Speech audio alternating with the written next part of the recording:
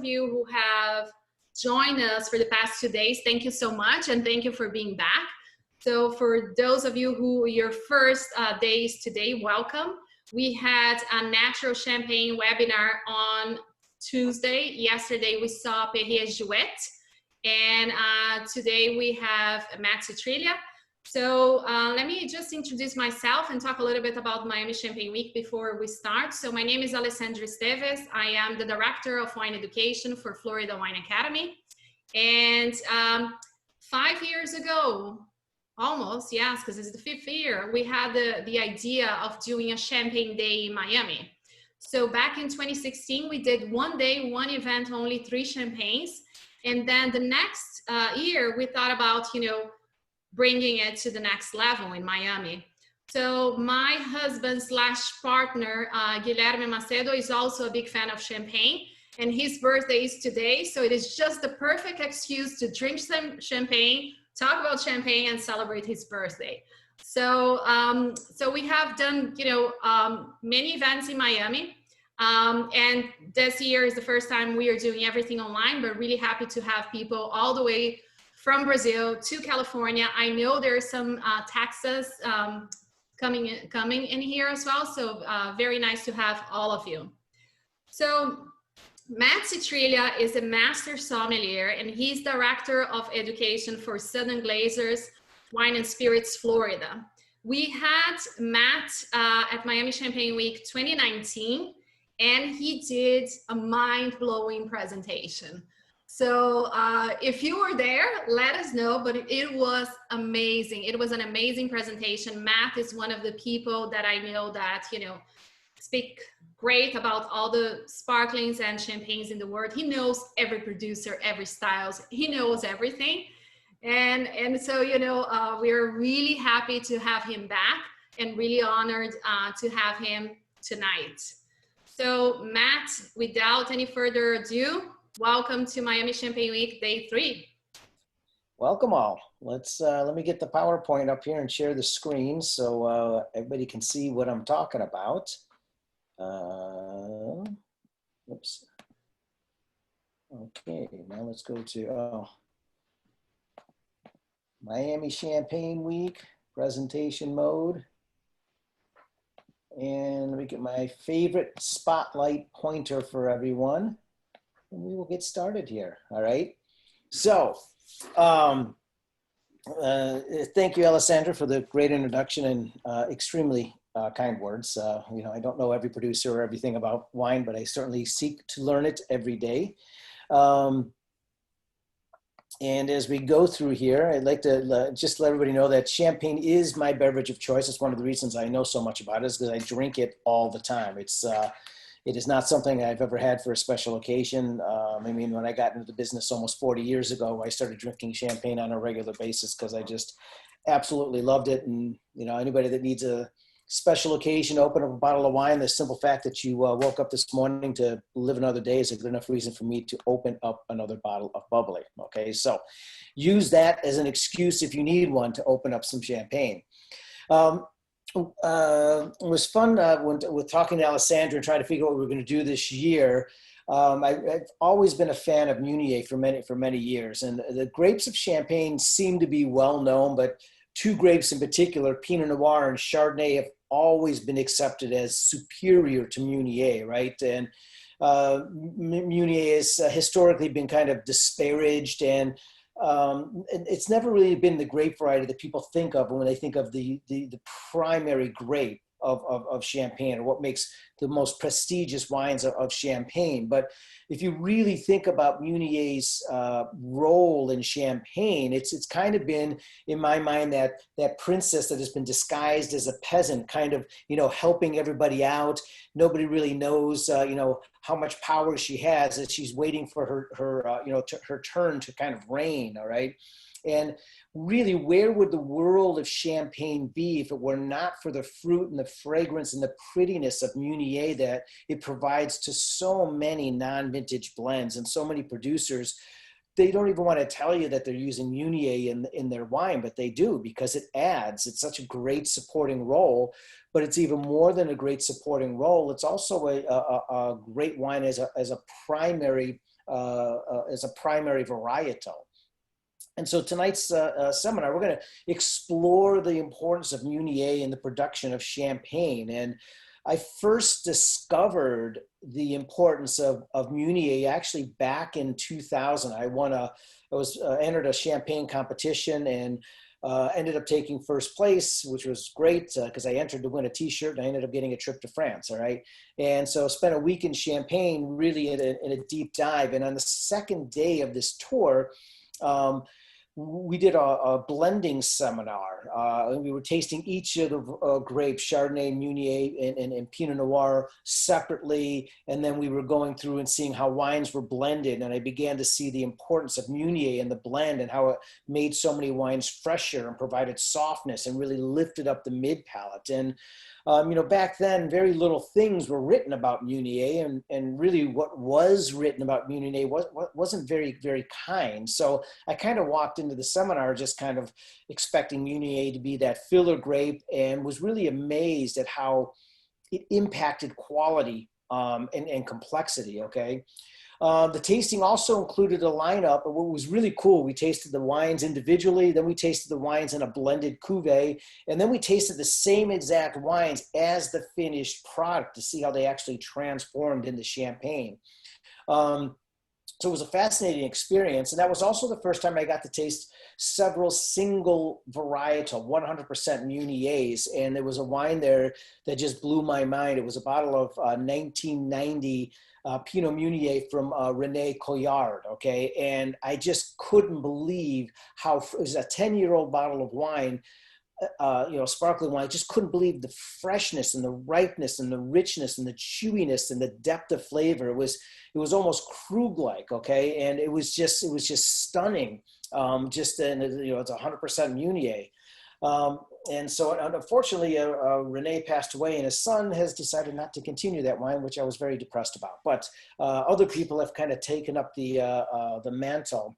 Another thing that I discovered back then was that Eric Labelle came in, and he was just recently appointed to Krug's chef de cave. And when he was talking about the creation of Krug and the blending purpose, he actually mentioned Meunier and did a whole dissertation on the importance of Meunier in Krug's non-vintage multi-vintage blend. Who would know? I mean, I didn't realize it was that much of an important thing back then, right? So in any event, I came back from that event really excited to talk about Meunier and taste Meunier, but there were two problems with that. First, there were no Meunier wines available in Ohio, and because of that, no one really cared. And secondly, 20 years ago, sparkling wine was still kind of a special occasion drink. And so it would really take another 10 years until the invasion of the grower champagnes finally got people excited about drinking champagne more often.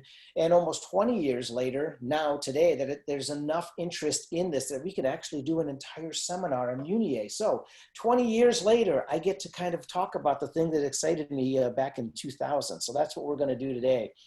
And really kind of review the wine's varietal character so we understand what creates quality Meunier. We're going to discuss the growing conditions for Meunier, the challenges that Meunier presents, and the benefits it provides as we go on here.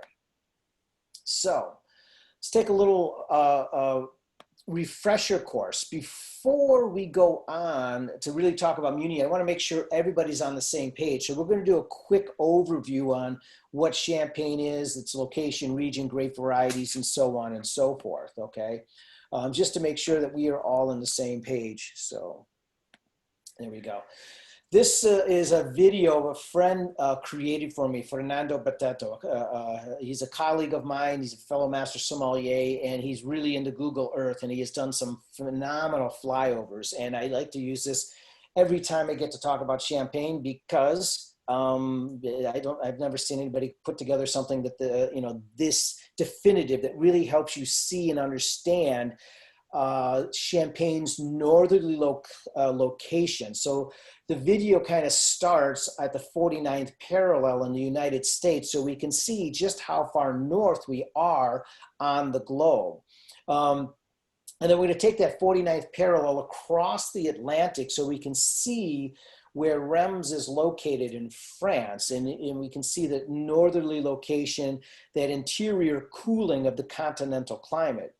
Then as the geological survey map is going to appear, you're going to see this light green crescent shape that kind of represents the famed chalky soils of Champagne, and they kind of extend from Dover, England, all the way across the Channel and wrap around into Chablis and Sancerre. Then we're going to fade back here, and we're going to see the regions of Champagne as they appear. And you can see the Marne River that flows there, which brings in the weather from the English Channel that actually provides some of the influence of the maritime influence to extend the growing season. And then the first highlighted region shows the region of Montagne de Reims, which is actually two separate mountains, which we will talk about. Here they got northeast and south facing vineyards. We're going to move back and look right down the Valley de la Marne, so you can see the soil and the river valley right there. Pull back and we're going to see where the Côte de Blanc is, where is the purest limestone chalky soils. And then this is a great view to see where Côte de Sézanne is, because it's really nothing more than an extension of the Côte de Blanc. And then finally, the area that they kind of call the extension area of Champagne, the Côte de Bar, which has really become very, very important in today's production of Pinot Noir. Okay, so hopefully that gives everybody, oops, it's starting over again. Don't do that. A better understanding of where Champagne is located, because it is this northerly climate that really has such a strong impact on the grape. Combined with that influence from the maritime, from the Atlantic Ocean across that flat Paris basin, this is a very long, cool growing season. And meaning we're actually harvesting grapes in October. We're not making an early harvest. We're harvesting the grapes that are biologically ripe, physiologically ripe at very, very low sugar levels and very high acid levels, which is what creates champagnes so different from many other places that make sparkling wine. They're actually just intentionally harvesting the grapes early so they have that lower sugar level and higher acid, but they don't have the same kind of phenolic ripeness. And it's really the key difference in the grapes when they go through that secondary fermentation. It gives champagne so many more layers of complex flavor to them, okay? So from here, we will move into just the general understanding of the Champagne regions, okay? We have Montagne de Reims, okay? These are the three primary regions that most people are familiar with. Montagne de Reims here is this crescent-shaped area, and it's actually two mountains, the Grand Mountain and the tiny mountain, Petite Montagne and the Grand Montagne, which we'll talk about the importance of that for Meunier here shortly. But here, in this area, there's a lot of chalk in the soils, but the chalk is mixed with a lignin and a quartz, and there's a darkness to the soil because of this kind of peat mixture into it, which makes it really ideal for growing Pinot Noir. And actually, when you're here, you can see the soil changes in certain areas, and the lighter soils is where they grow the Chardonnay, the darker soils is where they grow the Pinot Noir. You got the very long valley of Vallée de la Marne. We're going to talk about this valley here in more detail shortly because it's very important for Pinot Meunier. The biggest understanding is that the limestone chalk actually kind of wraps around here and really stays much more to the eastern side of the valley, okay? And as we move west, you're going to get a lot more clay and sand in the soils, and that's where Meunier is actually going to be grown. And then down here south of Epernay is the Côte de Blanc, where you have this really pure, natural white chalk that kind of comes to the surface and really is the ideal place to be growing Chardonnay, okay? Now, we're going to get a little geeky here, a little somm nerdy on you guys with some soil here, because you hear people talk about soil all the time, and for the longest time I never talked about it. But if I can relate soil into wine style, then I'll talk about it. Soil from the standpoint of when we talk about Burgundy, Bordeaux, Napa Valley, doesn't really mean a lot because the climatical influence, the climatical impact has a much bigger and broader influence versus if we start talking about the soil within Champagne, because the climatical influence is very similar, now we can begin to see why the soil begins to impact the style of the wine. Now, the primary soil of Champagne is chalk, and that's all the way here on the right. This is what chalk looks like. It's a type of limestone, right? It's much airier, lighter, very porous style of limestone, okay? And as we travel inland, this limestone, I shouldn't say inland, but as we travel east, this chalky outcrop that's kind of to the east of Reims and the east of Epernay and the south of Epernay slowly becomes buried with a thicker and greater volume of a topsoil of clay and marl and gravel and sand. And also as we move in that westerly direction, it gets a little bit colder and the soils get a little bit more wet. And this is really a problem for growing Chardonnay. So this is why Chardonnay and Pinot Noir are always grown kind of on that western side and north and south side of both Montaigne, of Reims and of Epernay, okay? So this helps us understand, the soil helps us understand why Pinot Noir and Chardonnay are grown there, because they do not grow well in clay and gravel, specifically in clay soils. They do okay in the gravel or sand, but they really like the pH aspect of the chalk, okay? So the white chalk really is basically, when we talk about chalk, it's kind of what we call belemnite and micraster chalk. And this refers to the time period that the soils were made. So some 70 million years ago, a bunch of sea creatures that lived here died and fell to the bottom. And over millions of years, you have many, many layers of seashells, okay?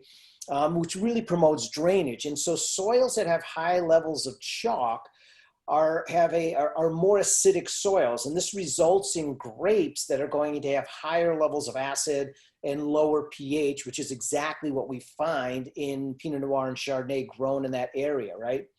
When we start talking about clay and marl, this is you have our limestone or calcium carbonate has been reduced, so you have higher water retention, and so vines like Pinot Noir that don't like wet feet don't do well in these soils. But Meunier, which is a variation of Pinot Noir, Pinot Meunier loves it or doesn't mind the wet soils, right? And so in these blue and green and red clays that you can kind of see over here, Meunier actually really thrives. And these are more alkaline soils, so the soils results in grapes with lower acid and a higher pH, which is one of the reasons why Pinot Meunier grown in this area has a fruitiness that you just don't expect to get out of a wine grown in such a northerly climate. It's also why Meunier does such a great job of lifting the mid palates of many champagnes. That's why they use it, and it's because it grows well in these soils, these lower pH soils. Or more alkaline soils, I should say, give you that riper, fruitier kind of character, right? And then gravel and sand kind of promote fruitiness and in the wines that you'll find. And this isn't just true for Champagne. It holds true in Bordeaux, and it holds true in Napa Valley. Anywhere you can actually see the same thing, right? I can tell you, we can talk about in Bordeaux, where we talk about Saint-Estèphe, where there's more clay in the soils. What do? You get wines that have a little bit more rustic tannins. You got Saint-Julien, where there's wines with more sand, warmer soils, wines with more fruit. You can see the same thing in many different growing areas, okay? So in any event, that's my geeky, nerdy presentation of soil and how it actually kind of influences these grape varieties, and why it's also very important to Meunier, and why it helps us understand where Pinot Meunier is actually grown, okay? So here's a geeky soil map that shows you where the blue is the chalk and the green is the calcareous rock or limestone. So chalk and limestone, you can see blue and green all through the western and south and western side of Epernay and the western side and southern side of Reims. This is where all the Pinot Noir and Chardonnay is mostly grown. When you see clay and sands, okay, which is on the western side of Reims and the more in the western area here of Vallée de la Marne, this is where all the Meunier is being grown out in these particular areas here. Now, when we talk about the Montagne de Reims, this is the large mountain or the grand mountain, and then you have the small mountain here, the Petite Montagne. notice how much, there's really no chalk where there is, but it's mostly sand and clays.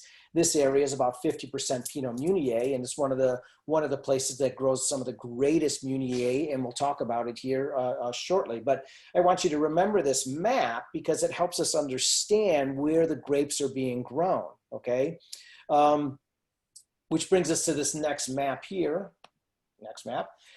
which shows us exactly where the grapes are being grown. So you see Chardonnay and Pinot Noir, red and yellow, again, all on that western and southern side. It actually helps you see where the most pure limestone and chalk actually is. And then the Meunier, as you move to the west, you can see exactly where all the Pinot Meunier is grown. And if I was really good at technology, I would be able to superimpose both of these maps over top of each other. And then that would be a really cool, geeky thing to show everybody, because you could see the soil and lay over the grape varieties and see how they kind of match. And I try to do it, but I just am not technologically advanced enough to do that. So if anybody else is and wants to do that, that would be great. I'd be happy to use your presentation. So anyway, you can see the pictures of the different grape varieties. Pinot Noir, much blacker, Meunier being a more blue grape variety, and then Chardonnay being our nice golden grape variety here. And what's interesting is if you look, it looks like there's a lot more Meunier planted, but it's really spread out, because in reality, Pinot Noir actually accounts for about 38% of the plantings. Chardonnay is about 30%, and then Meunier accounts for about 32% of the planting. So to me, this map is somewhat deceiving, because it makes it look like, wow, look at how much Meunier is grown, and it's really about a third, and a third there, okay? So let's wrap up our understanding of Champagne, the big overview, by just quickly talking about the method Champenois process. I'm sure everybody here is familiar with this, so we're not going to do a deep dive on any of this other than assemblage, and we're going to dive into assemblage because that is what Pinot Meunier is all a part of the assemblage, right? And last year we had a lot of fun really breaking this process down and kind of talking about, well, you know, how the assemblage impacts style, and how the liqueur de tirage and the amount of time the wine spends on the lees, and all of that kind of really kind of impacts style, the kind of the tools for the winemaker to figure out how they want to, you know, create that style there that they're producing. So all the grapes are going to be harvested, and for the most part, all grapes are not only harvested, but there's many different plots, many different vineyards, many different villages. They're all harvested, they're all fermented separately, and they're all aged and held separately until it's time to blend, okay? During that pressing and that first fermentation, typically it's going to be held cool. They might be fermenting in stainless steel, they might be fermenting in oak, maybe they do both, right? There are very strict rules on the pressing, the cuvee. There's a specific number of tonnage of grapes and the amount of juice that's allowed to come out of it. And different producers, we'll talk about Aubry in particular, their first pressing, they actually only take the heart of the pressing. They do not use the beginning of the press or the end of the press, and we'll talk about why when we get there. But when we talk about the heart of the cuvee, we're talking about that first pressing. So I want everybody to be familiar with it. So when we get into Aubry, and everybody's like, well, what are you talking about, the heart of the cuvee? It's coming from this initial first press, okay? The assemblage is really where we're going to be talking about the entire time. How much Meunier is in the blend? How did they process the Meunier, and why did they do what they did to the Meunier, and how does that affect our final style, right? Because this assemblage is still the still wine. So they harvest the grapes, they turn it into wine, they blend the different grapes, different vintages, different villages, different vineyards together to create their cuvee. They add the liqueur de tirage, which creates that secondary fermentation. Then it's going to be aged on those dead leaves for a certain period of time. Then it's going to be riddled, disgorged, and we're going to add our liqueur d'expedition, okay? So there is our very, very quick overview on the method and the region to make sure all of us understand some of this terminology. So now that when we start talking about Meunier, it's going to make, we're all on the same page, okay? So for Meunier, you know, now that we have this foundation, we're going to explore Champagne from the perspective of Meunier. One of the things we could talk about is why does Meunier have such a bad reputation? Why has it always had such an image issue? Okay, we're going to figure that out. We're going to talk about what its varietal character is, so we understand what quality Meunier is. I mean, if you don't understand what Meunier is supposed to taste like, then how do we know what quality Meunier is supposed to taste like, right? We're going to discuss some of the challenges, its purpose in the blend, and the best locations to kind of grow the grape variety, which we've already kind of touched upon as well. As Alessandra, as we move on, any questions so far from anybody that needs to be addressed? No, everybody loved the maps, and yes, everybody's paying attention and impressed so far. So I think we are good. I do have one question. I don't know if you're going to talk about climate. I think you are, right? For Meunier? Not is, ask the question about climate, and we'll take it right now. Because I'm not going to go too much more into climate other than the general aspect that we already did. Yes. Okay, so I always teach my students that, you know, Meunier is planted in Champagne because it is a very hardy grape. And so in cool vintages, it does well, much better than Chardonnay and Pinot Noir. And yes. Also that the Vallée de la Marne is one of the coolest regions as well in Champagne. Yes. No, that's exactly right. Okay, and we're going to talk about why Meunier does so well in these cool areas. It can actually be grown in a warm area, but because Pinot Noir and Chardonnay grow better in those warmer areas. Meunier was pushed into the cooler areas because it's got an earlier bud break and an earlier ripening process, and it's very cold hardy. And so yes, as you get away from, and we are going to talk about this a little bit, as we get away from Reims and the crest of the Côte de Blanc and move more into those flatter lands where rolling hills along the river there, it gets much cooler. So it's actually warmer in Reims and in Epernay in those areas, okay? And that's why Meunier is grown where it's actually at. So very good question. And we're going to expand a little bit on that as we go on, all right? So looking at Meunier, it gets its name. Meunier means the miller. And when we say miller, we mean miller in the term of baker, okay? Because it looks like it's got this fuzziness on the grapes, kind of looks like a dusting of flour on the leaves. And it's really existed in Champagne for a number of centuries, and it's been called by a variety of names. Pinot Meunier and Meunier are the same exact grape variety, but as of late, the Champagne region has been calling it just Meunier, so not to cause confusion between Pinot Noir and Pinot Meunier, although they are very closely related, okay? The precise origin of Meunier is still a mystery. They have not been able to figure out where its home actually comes from. There are a number of studies that kind of suggest that Meunier is a natural crossbreeding between Pinot Noir and Traminer, which kind of makes sense because Traminer comes from Jura, Pinot Noir from Burgundy. They're both in that basin bowl area of the Paris Basin. It kind of fell. And so it's a very likely scenario that Pinot Noir and Traminer could have naturally bred. But within the last several years, I guess more like 10 years now, Carol Meredith, who's a genetic biologist and did all that research on Zinfandel and everything, she has research that now suggests that Pinot Meunier is really just a natural mutation of Pinot Noir, which is also very easy to believe because Pinot Noir is a grape variety that very easily mutates and adapts to its growing area. So it could very easily be either one of those, a very viable understanding of why the grape variety or where the grape variety actually comes from. Okay.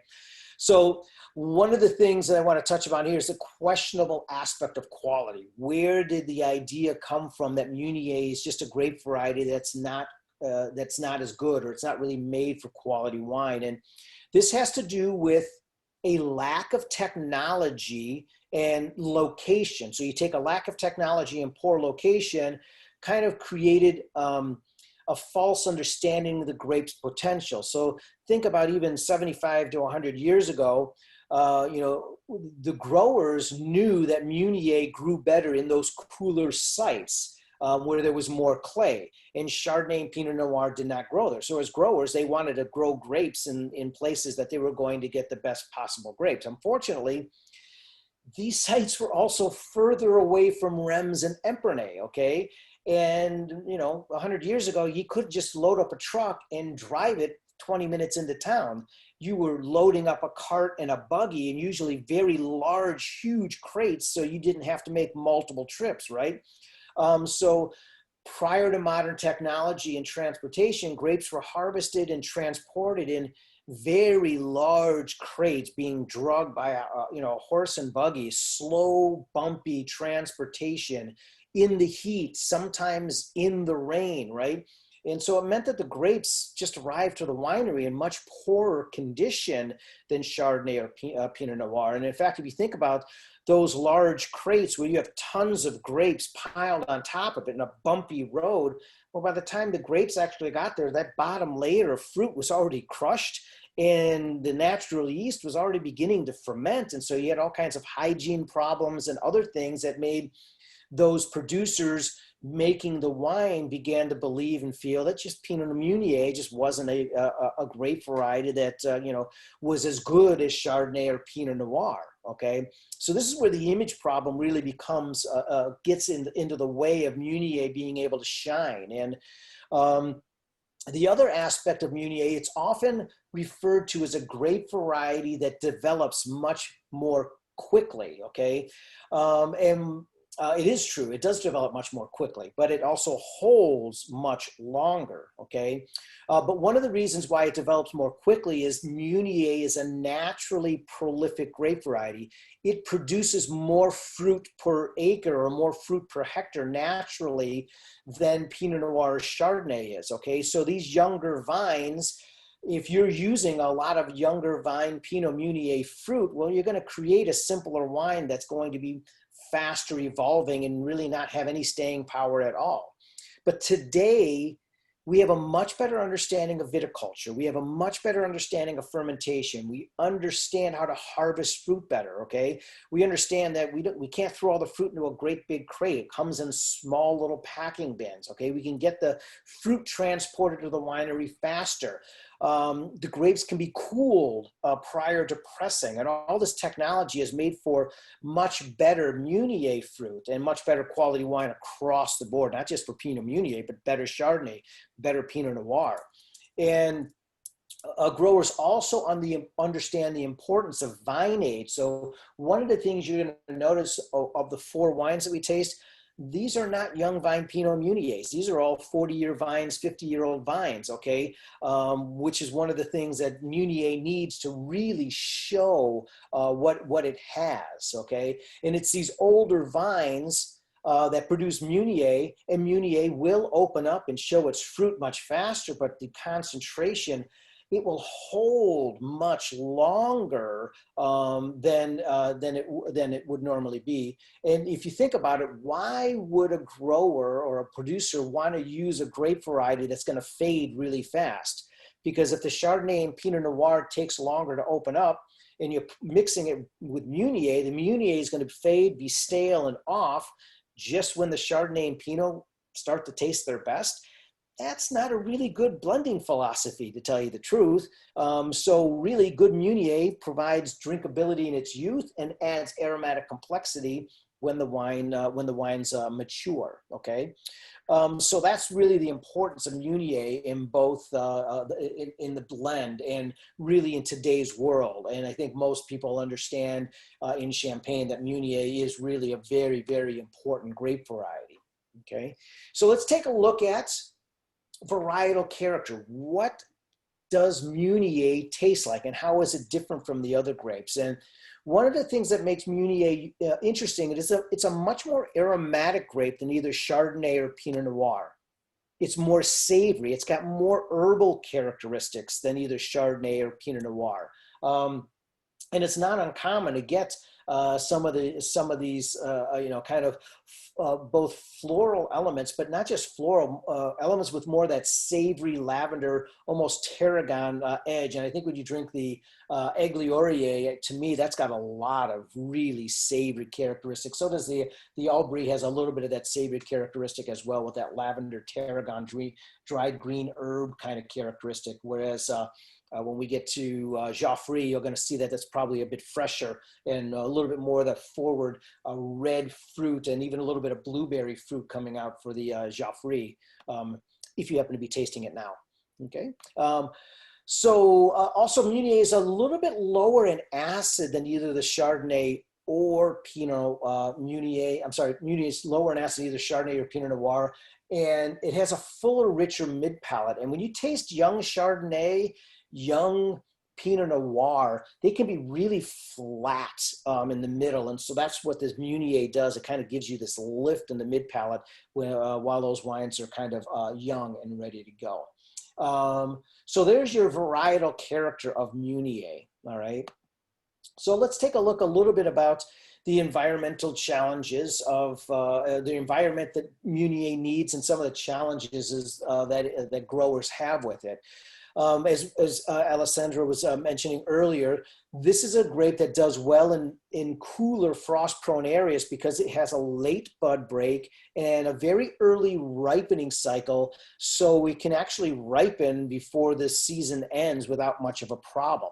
It's very resistant to frost, it's very resistant to collioure, so it thrives in these wet environments where Pinot Noir and Chardonnay just don't do well, okay? One of the problems with Meunier, though, is it does have very compact berries, which makes it more susceptible to rot at harvest. But other than that, it's got a moderate vigor. It's a little bit more high yielding than Chardonnay, and so you can produce a little bit more volume, which brings down your prices. So it can offer some value compared to Chardonnay or Pinot Noir that you cannot overcrop. Although that's one of the problems with Meunier, is because it does naturally produce a little bit more fruit, you get a little greedy grower that might want to push it just a little bit too much. And when you push it to a little bit too much, you run into the problem where the wine just opens up too fast and fades too quickly, right? So it's very important that the growers, sure, you can take advantage of the fact that Meunier crops a little heavy, but you can't abuse it. And you really still have to manage those yields, especially when the vine is young, okay? When the vine gets older, after about that 20 to 25th year birthday, the vine naturally restrains itself and gives you much more concentrated fruit and much more distinct characteristics on its own without having to do a lot of severe pruning, okay? But in its youth, overcropped wines can really lead to not just herby wines, but really vegetal. I've had some Meunier wines, I'm like, wow, that tastes kind of like Cabernet Franc in the glass. It was so herby vegetal, and that's just really overcropped wine there, okay? So purpose in the blend, we've kind of already addressed this, but let's hit it right square here. Now, Chardonnay and Pinot Noir really release their aromatic complexity much slower. So they have, in their youth, can have some really flat mid palate, very hard on the edges. And a lot of times, especially like non-dosage Blanc de Blanc, it's like drinking a razor blades. It can just be so incredibly sharp. Just give it a little dollop of Pinot Meunier and kind of fatten up the mid palate there, right? So Meunier is going to add roundness. It's going to add textural suppleness. It's going to intensify the youthful fruit flavors in these wines, okay? That's the primary reason it's often used in blends. But, as a varietal itself, it can, as we talked about varietal character, has a lot more going for it than just fruitiness, okay? Matt, we have a question about Sure. the yields for Meunier. So it is a high yielding grape, but Deirdre is asking if the yield is regulated by Champagne, the committee. And Not specific. Yeah, go ahead. I'm sorry. Yeah, no, Yeah, go ahead. yeah, okay. Not specifically for Meunier, but yields are regulated for all of the grape varieties. So Pinot Noir, Chardonnay, Meunier all have maximum yields that they're allowed. And at one time I used to know those numbers off the top of my head, but I'm old now and I just don't remember them. I want to say it's like 55, uh, 55 hectoliters per hectare or something like that. I don't remember. I'd have to look that up. Anybody could look. We got Google now. Why do I have to remember that? We can just Google that kind of stuff, right? And overall, Champagne is a region that actually has higher yields than, say, Burgundy or Bordeaux, primarily because they're looking to maintain and slow down phenolic ripeness and slow down sugar ripeness, and that's what you do with higher yields as well. So. Okay, very good question though. It is regulated. I just don't remember. So Vallée de la Marne is the primary area that you're going to find most Meunier grown. All right.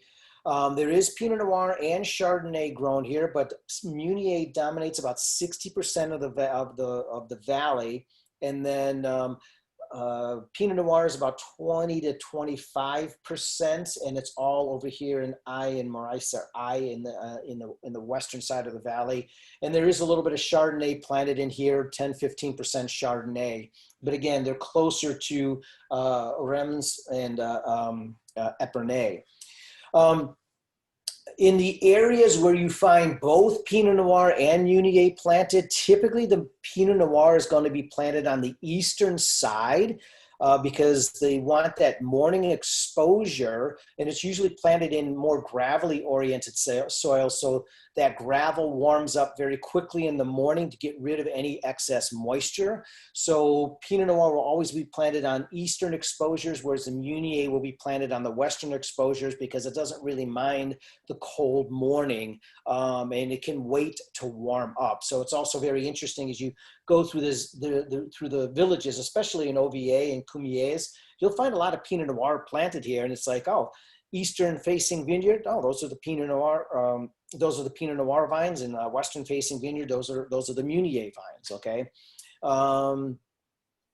And so some of the best villages in Vallée de la Marne are right here as far as being well known for making great Meunier.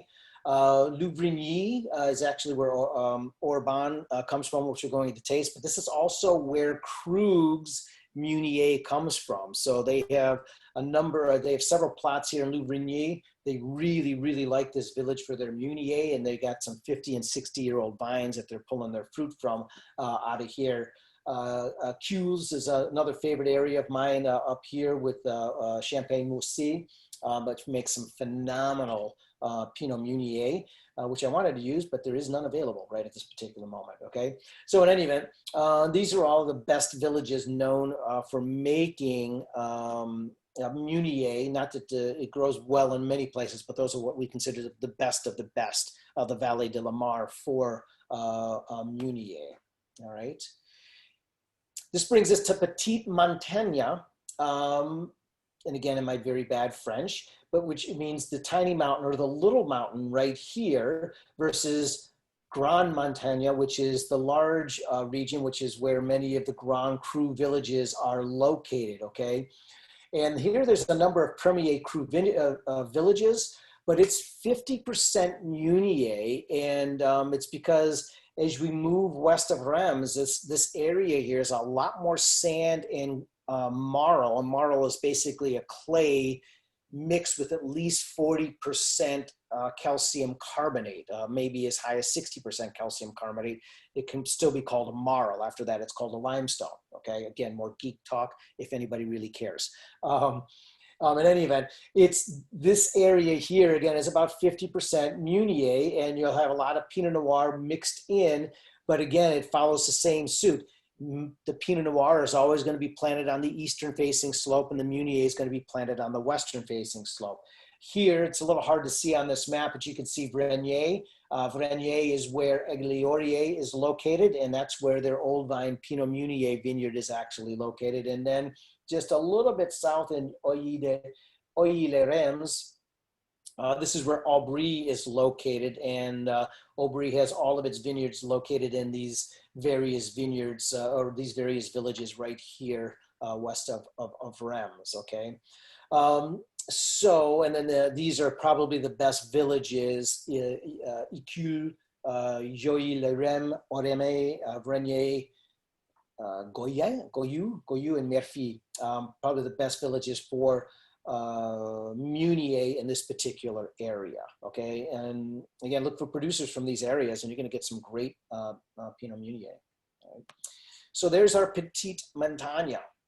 Now we're going to kind of move into the tasting portion of, if you haven't been tasting already, and I hope you have been tasting already, but now we're going to actually move into the tasting and kind of talk about each one of these brands. Now that we have the background of Champagne, we understand the core of what Meunier is in its blend, and we're going to begin by tasting two Meunier wines, blended Meunier wines, and we're going to finish with two 100% varietal Meunier wines, and really four dramatically different styles of wine here.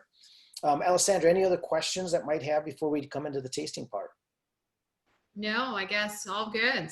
People are paying attention and sipping champagne. Good. All right. Hopefully, yes, they're enjoying it, and it's not too overly geeky. So, first wine on the list is Aubry.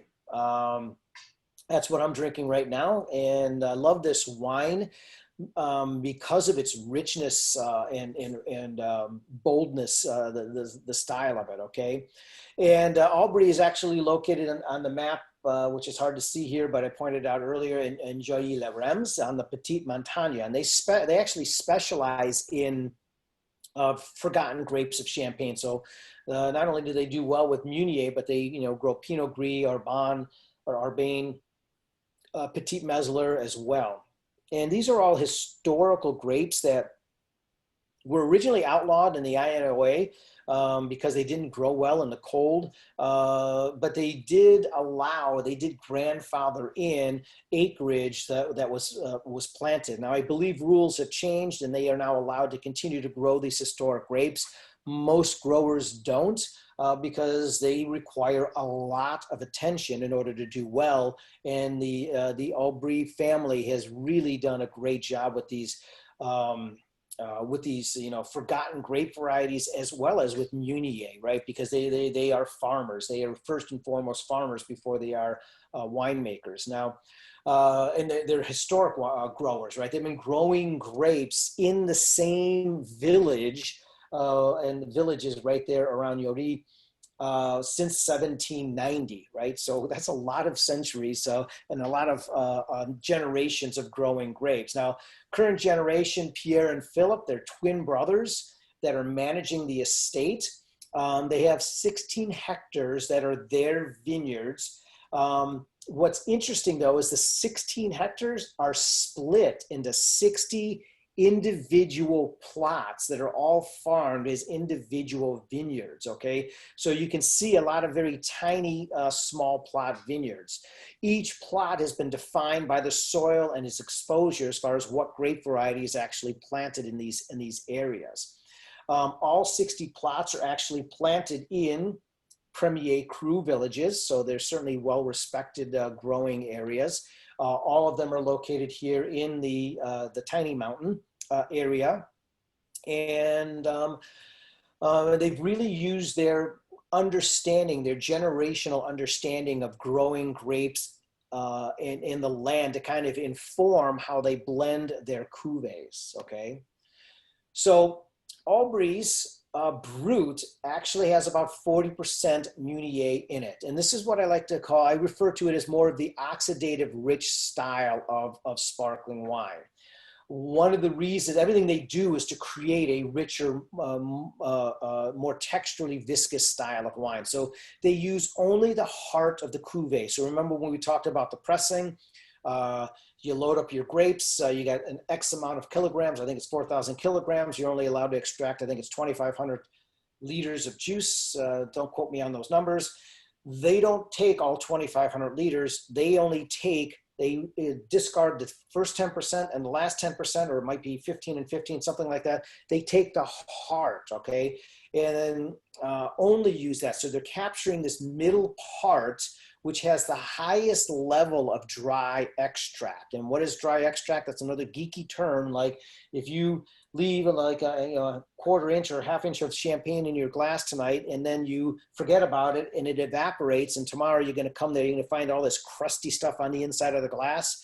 That's dry extract. That's what gives the wine texture. And the Aubry family want that really rich texture. It drives their style. Okay, it's also influences how they ferment and everything else. So they use a proprietary yeast that they've created from their own indigenous yeast. Everything is fermented in old barrels. So you're going to get that slight oxidative effect, no flavor from the barrel because they're very, very old barrels, but you're going to get the oxidative aromatic components that you get out of it. The Meunier is typically 35 to 50% of the blend because they really want that fatness and friendly stature to kind of come through right at the beginning. 50% of the wine is actually what they call perpetual reserve, and this perpetual reserve was started in 1998. So basically, they filled a tank, stainless steel tank that's covered in nitrogen, and then every year they pull wine out, and then every year they put wine from that particular year in. And that perpetual reserve is a blend of Pinot Noir, Meunier, Chardonnay, Arbein, Petit Mesler. All of it goes right into this perpetual reserve, okay? So this is an old perpetual reserve, and 50% of that wine comes from the perpetual reserve, and the other 50% comes from 2016. This gives them both that yin and yang of fresh Meunier flavor, because it's a huge percentage of Meunier, but also the aromatic complexity and length that you get from wines that have been aged for an extended period of time. There's a heaviness and a textural richness to these wines that really make Aubry, okay? So that's it. Hopefully this makes sense as you're tasting the wine. Alessandra, are you tasting this wine? I am, and I Yes. think it is so complex. For only 24 months aging, I like the texture as well. And, for the first time, I really looked into Meunier and searched for all of these savory aromas that you said and the tarragon, and now I can find them. Yeah. So yes, I think it is, a beautiful wine. And we have other people in the room. So Cara and Cheryl, they are tasting. They say it is very nice. Celeste, one of our educators, is tasting it as well. Mary. So everybody loved the wine. Yeah. But I can see the characteristic of the Meunier. And it's good that you brought up the 24-month part, because that's another way they always have this. They like to find this tension between the youthfulness and the age, right? So because they are using 50% perpetual reserve, they reduce the amount of time on the lees, so you still get the freshness and the length at the same time, and all the aromatic complexity. And I really like the push and the pull, because it's fruity, but it's savory, and it's fruity, but it's got all those old, tertiary characteristics all at the same time, right? And I really love what they do. It's kind of like a mural painting to me. Very modern, abstract kind of painting is what I think of when I think of Aubry wines. Okay, very, very good. So I'm glad everybody likes it, and let's move on so you can compare that to Geoffrey, which is a very different style. Okay, he produces wines with more freshness to them, and we'll talk about that in a moment. But basically, Geoffrey is located in the village of Ai, which is a Grand Cru vineyard. Okay. The problem is you can't call, Meunier can never be called Grand Cru because it's not allowed to be called Grand Cru as a varietal. This is actually a blend of several different locations. So Damery, Auvilliers,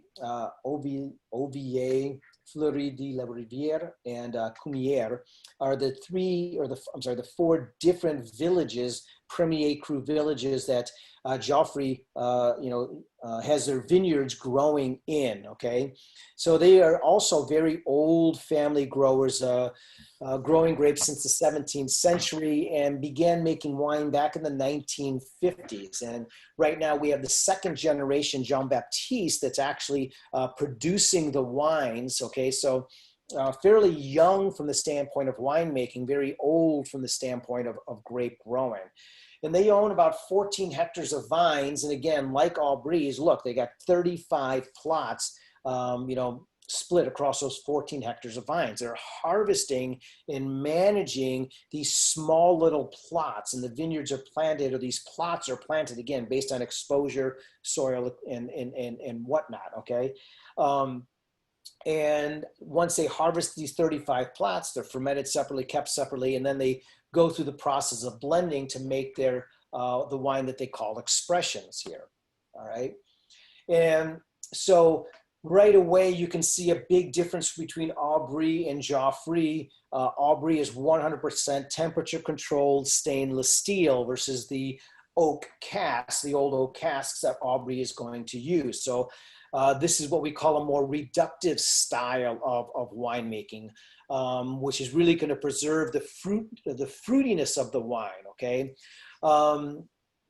And the Premier, I'm sorry, the Meunier fruit all comes from Cumieres and OVA is where they all come from. And the average vine age is a little over 20 years of age, okay?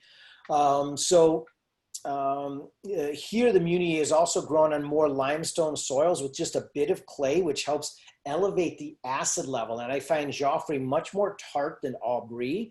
There's a linearness to the Geoffroy and a fatness to what I would call the Aubry, okay?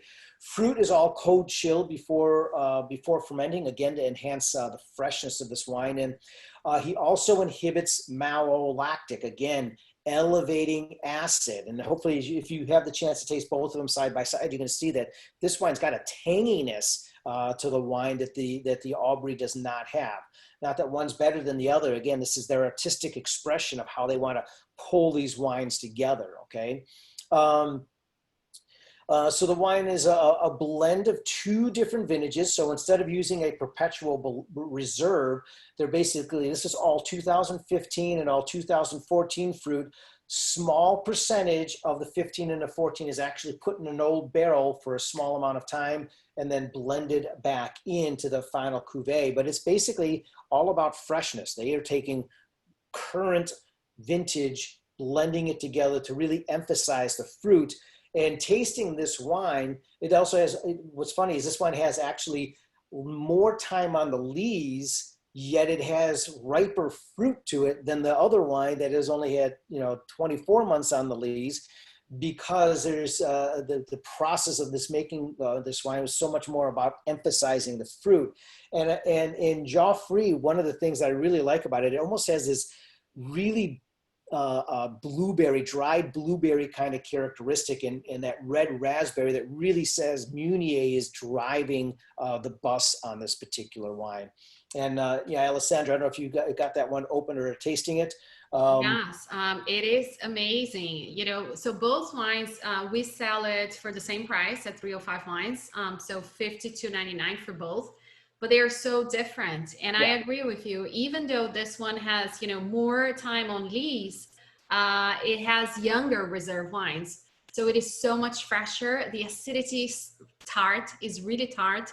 But yeah, two different expressions. Both are delicious. It is just like you said, one is oxidative, the other one is reductive. So, but super interesting.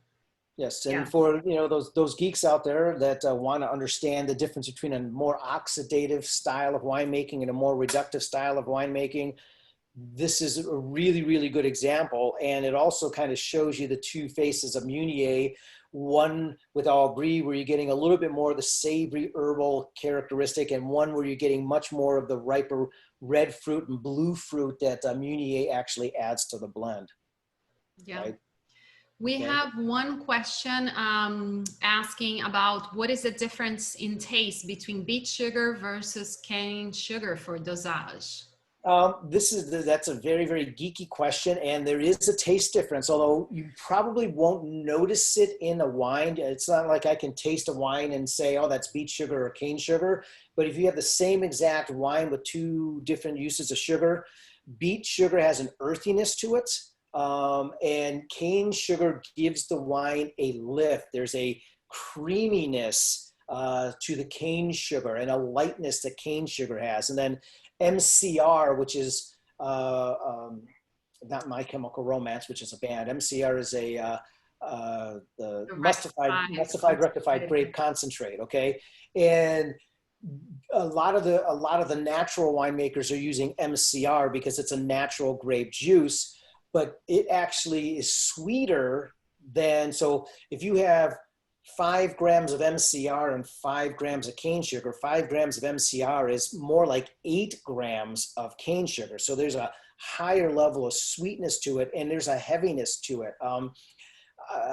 When all things are equal and you taste cane sugar, beet sugar, and MCR, I'm all about cane sugar. It adds to that creamy mousse, but it also, that's my style of sparkling wine. I like that textural characteristic that cane sugar actually gives. Again, not that the others are bad, but they do impact the wine stylistically. And so a lot of these winemakers have understood that I don't want to just, use sugar for the sake of sugar. Well, wait, what am I trying to construct here? All right. Now that I understand what I'm trying to construct, cane sugar works better for me.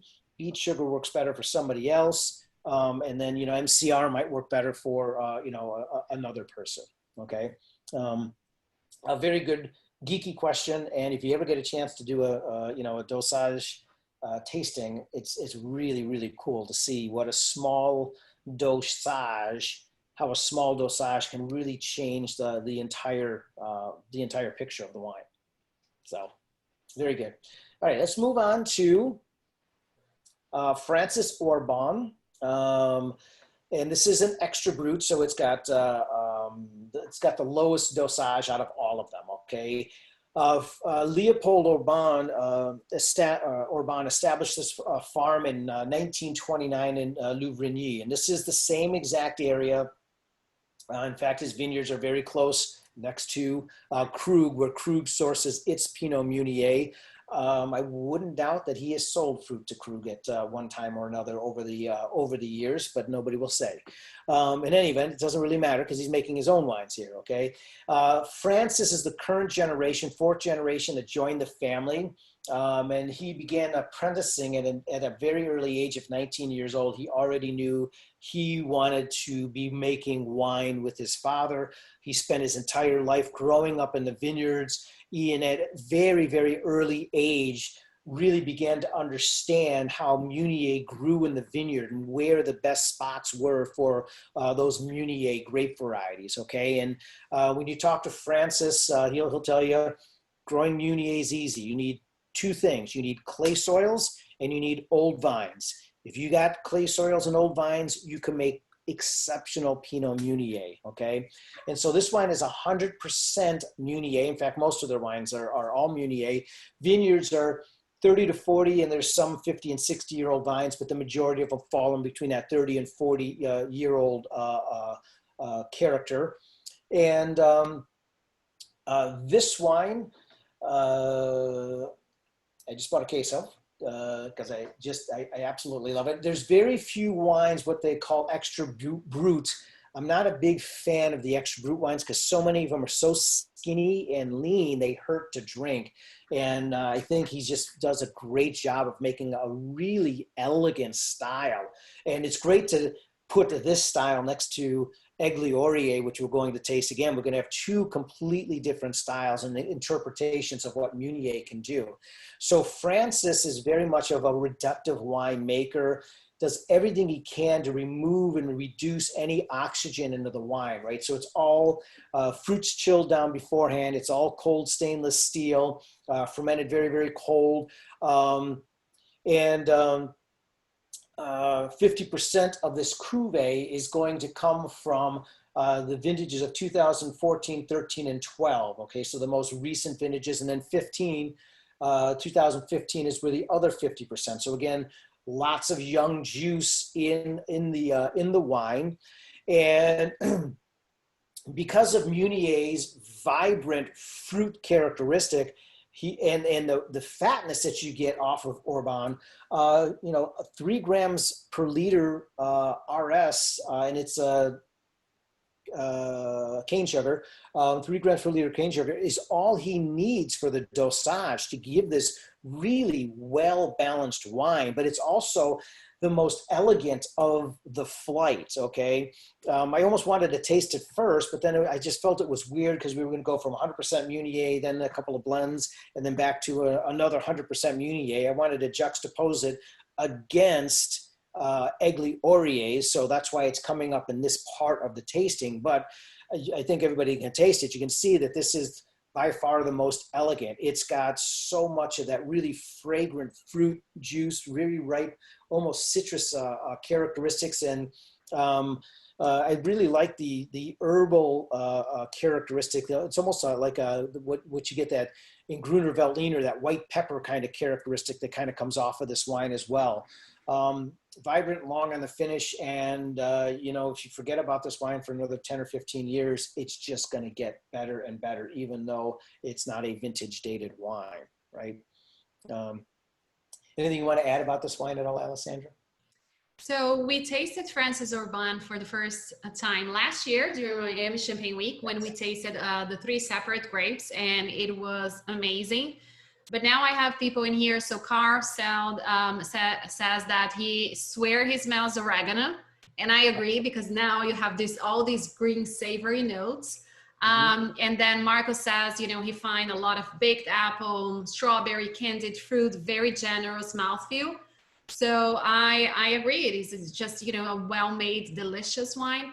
And we do have, you know, one question from Brenda. She says indigenous yeast for the first fermentation, correct? Not the second. Yes. Correct. Yeah, for the first. They would never. God, that would be really dangerous to do. Wild indigenous yeast for the secondary fermentation. Yeah. You can't control. Don't know what you're going to get there. Yeah. Exactly. Yeah. Right. So there is a difference between a wild yeast and a selected yeast versus an inoculated yeast. So you have the inoculated yeast that a laboratory is going to certify. Then you have your proprietary yeast, which comes from wild yeast, but the winemakers have isolated the specific strands of wild yeast in their winery that they want to use. And then you have the most wild of all of them, which is, I don't know, but let's see what Mother Nature gives us this year in the yeast bed growing in the winery, and that's your wild yeast ferment, right? So very, very good. I do have a question. So all of these wines seem to have very low dosage.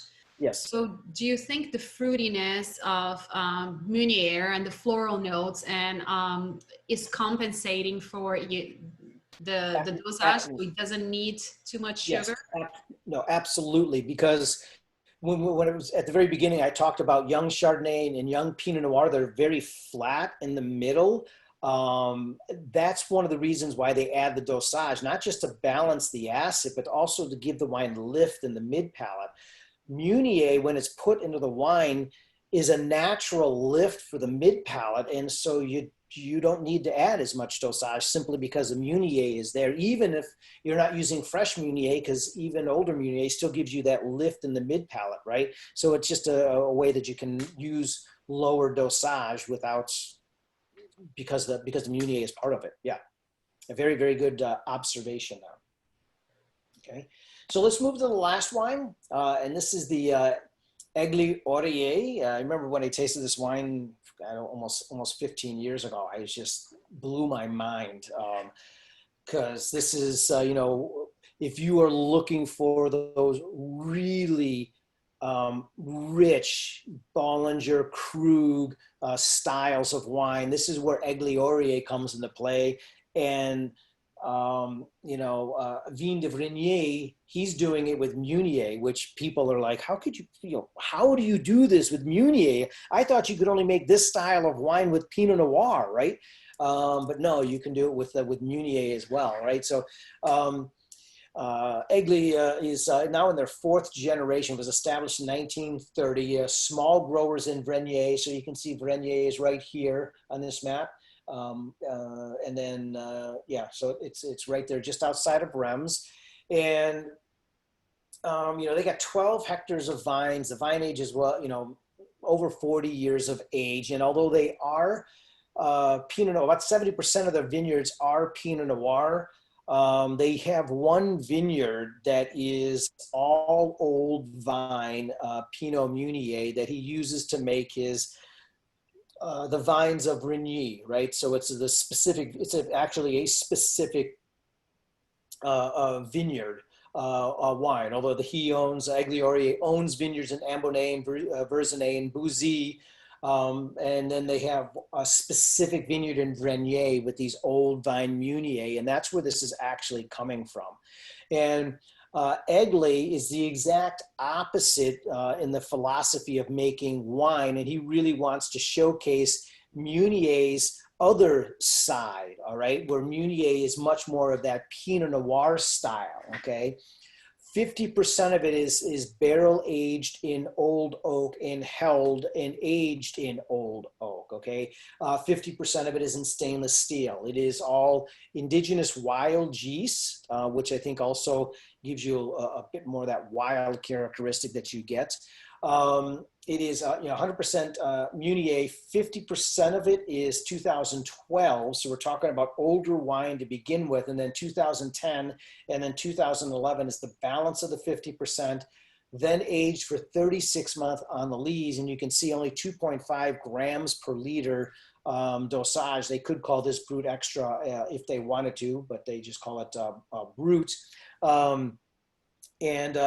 The wine also goes through full malolactic as well. And this is really, unquestionably one of the pinnacles of what, Meunier can be. And I mean, and I don't mean that to disparage the other wines. I guess I should rephrase that. It shows you between Oban and Aigle Aurier shows you just the breadth of styles and how flexible Meunier can actually be when people take it as a serious grape and not just think of it as a blending grape that I want to put into my wine, right?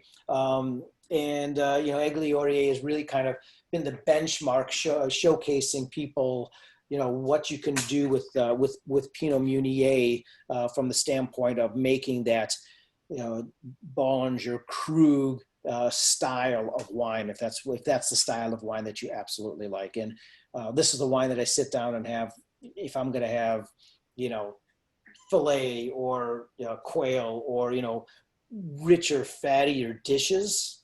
Aigle Aurier is the way to go because it's got enough to stand up to these richer and fuller dishes, whereas like Oban is the wine that I'm drinking with shellfish, right? Okay. Anybody have any questions or comments about the Aigle Aurier? I just think we need a moment to thank Champagne gods for this wine because it is so special and so amazing. So amazing. We are getting a lot of comments. So Sarah says it is their favorite. Brenda says it's freaking amazing. Daniela says, I love it. And then Paula sent some very good notes. So she said it's very savory, like mushroom, umami, herbal, cilantro, apple juice, red berries, and a lot of toasty notes. Yeah. And yes, it is a super complex champagne. Yeah, that mushroom umami is Meunier as well. You'll notice that in other older Meunier champagnes, you'll pick up on that mushroomy umami characteristic. That's another telltale sign of Meunier that's had some age and a little bit of air, like he does with the oak barrels on it. Yeah, very, very good notes on that. Yeah.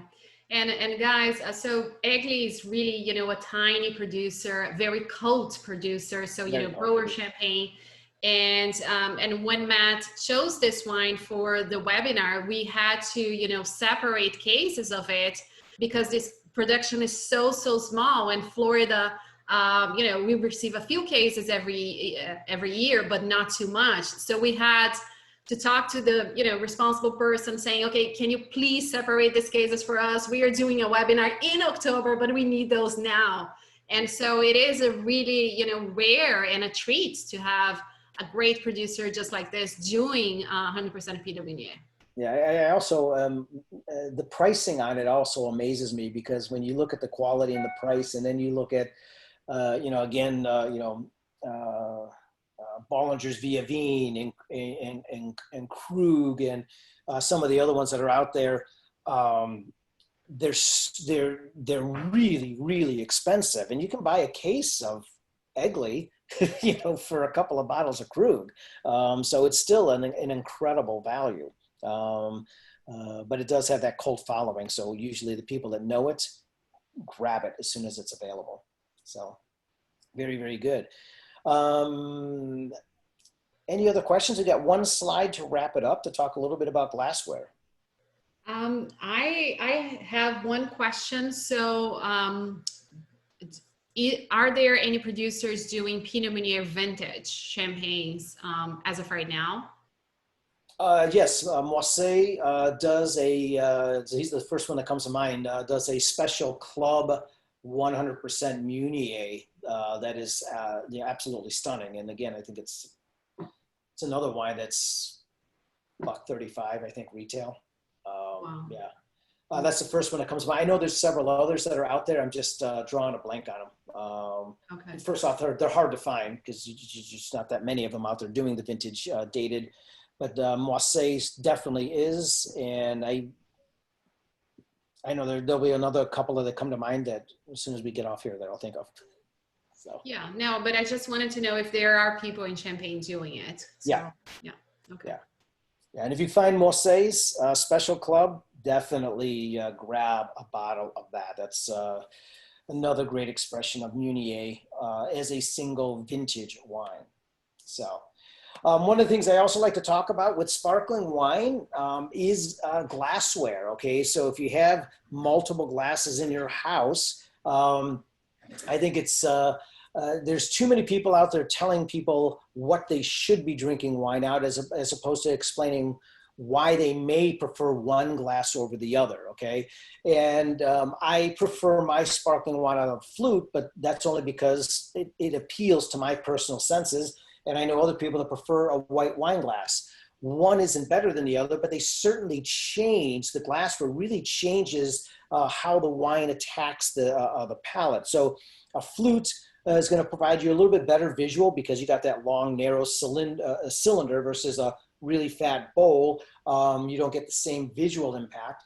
But really, that's what's important about it. The flute has this narrow aperture versus the white wine glass has a wider aperture. And so it really impacts how it hits your mouth. That narrow aperture gives you a deeper flow of wine, less impact on your lips and tongue. So bubbles will burst as soon as it hits your lips or your tongue, okay? And this means more wine travels through your lips and then hits the middle of your tongue, so you get a big burst of bubbles in the middle of your mouth, which gives you a much creamier texture to the wine and really elongates the finish.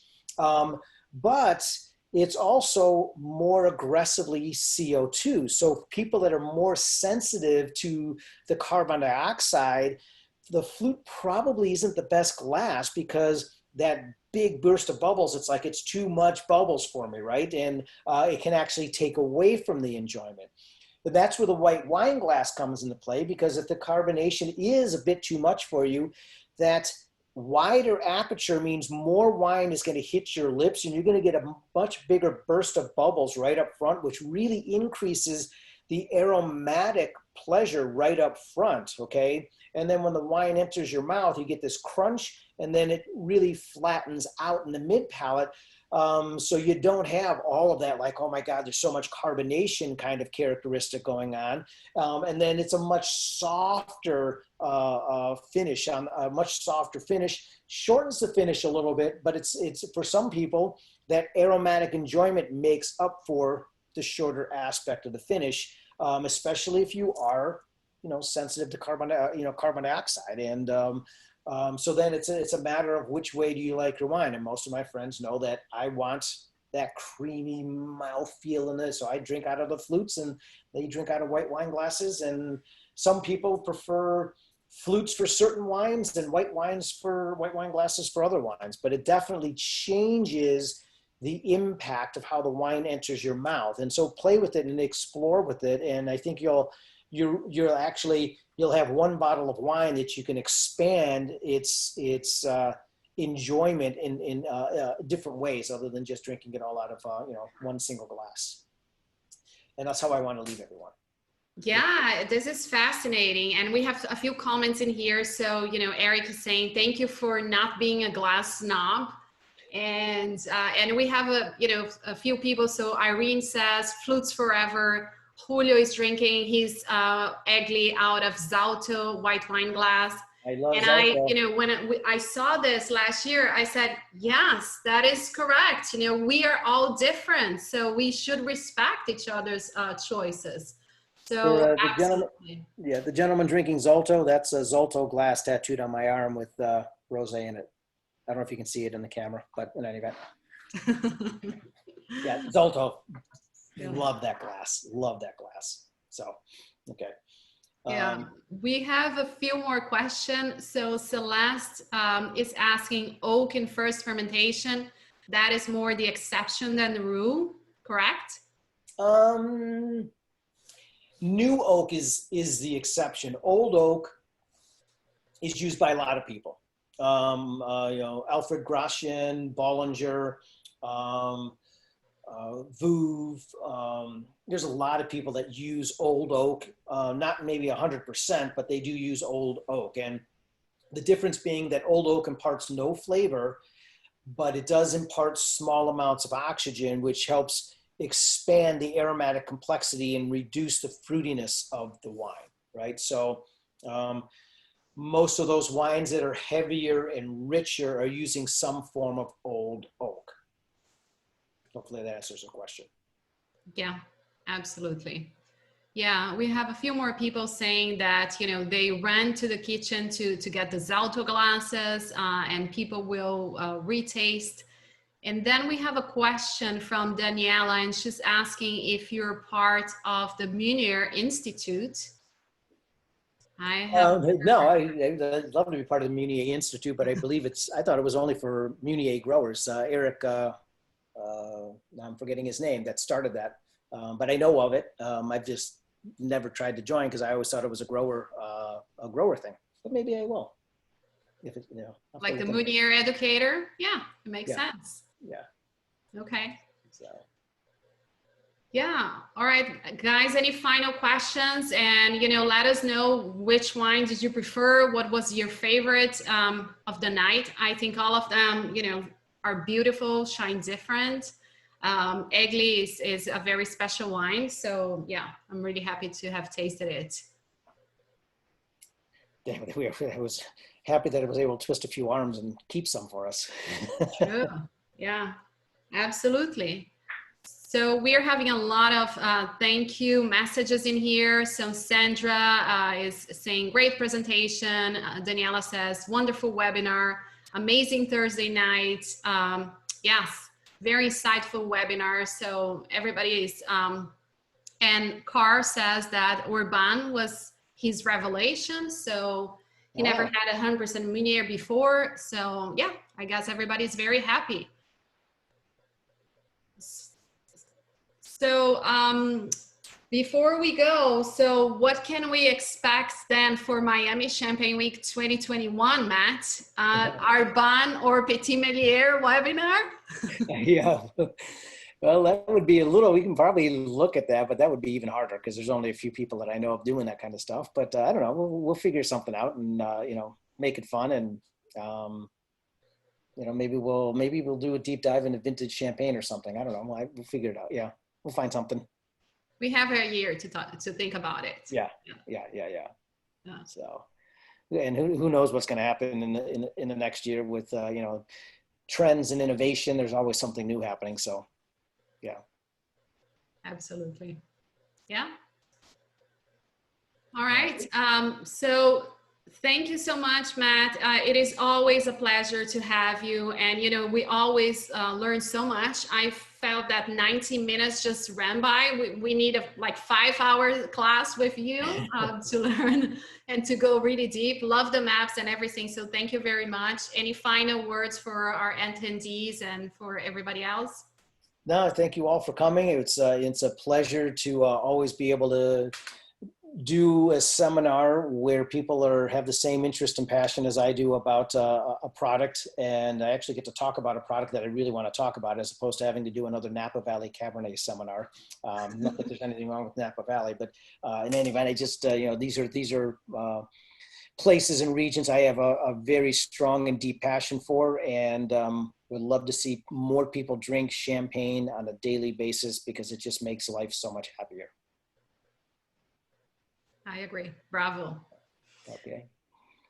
Thank you all. I really appreciate your attendance. And we'll see you next year. Thank you, guys. So thank you for being with us tonight. Tomorrow we have our last webinar with Assia Velen, Master of Wine, and Frederic Panayotis from Ruinart. So if you can join us, it's 12 p.m. Miami time, because they are based in Europe. And thank you so much for being with us and tasting the wines, and for the great comments and questions. So have a good night and happy Champagne Week. Thank you all.